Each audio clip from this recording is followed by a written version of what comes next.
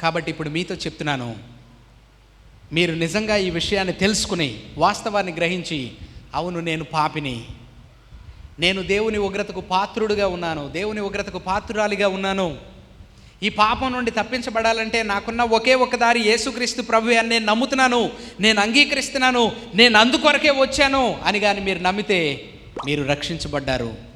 ఒకవేళ మీలో ఎవరన్నా ఈ విషయాన్ని ఇప్పుడు వరకు వినకపోతే, మీకు తెలియకపోతే, మీరు అంగీకరించి ఉండకపోతే, దిస్ ఈస్ ది టైం.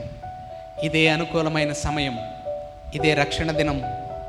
ఈ క్షణమే ఆ విషయాన్ని గుర్తుంచుకోండి, ఈ క్షణమే ఆ విషయాన్ని అంగీకరించండి, ఇప్పుడే ఆ విషయాన్ని తెలుసుకోండి. ఎవరైతే ఈ విషయాన్ని తెలుసుకుని అర్థం చేసుకుని అంగీకరిస్తారో వాళ్ళు రక్షింపబడతారు.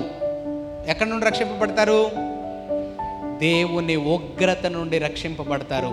దేవుని ఉగ్రత నుండి రక్షింపబడి దేవుని ఆశీర్వాదం క్రిందకి వచ్చేస్తారు. నిత్య జీవాన్ని పొందుకుంటారు, నశింపక నిత్య జీవాన్ని పొందుకుంటారు. ఇంకా రక్షణ పొందని వారు,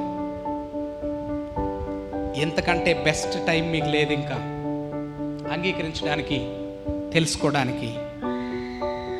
మీరేం చేయాల్సిన పని లేదు, ఈ సత్యాన్ని గ్రహించండి చాలు. తమ్ముడు, నువ్వు దేవునికి విరోధంగా పాపం చేశావు, ఆ పాపానికి దేవుని ఉగ్రతను అనుభవించాలి, దేవుని శిక్షను అనుభవించాలి. దాని నుండి ఇవాళ కాదు రేపు తప్పించుకుంటాను నన్ను అనడానికి, రేపటి దాకా నువ్వు ఉంటావని అనడానికి గ్యారంటీ ఏమైనా ఉందా?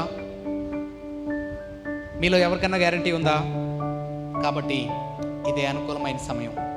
అందరం లేచి నిలబడదాం.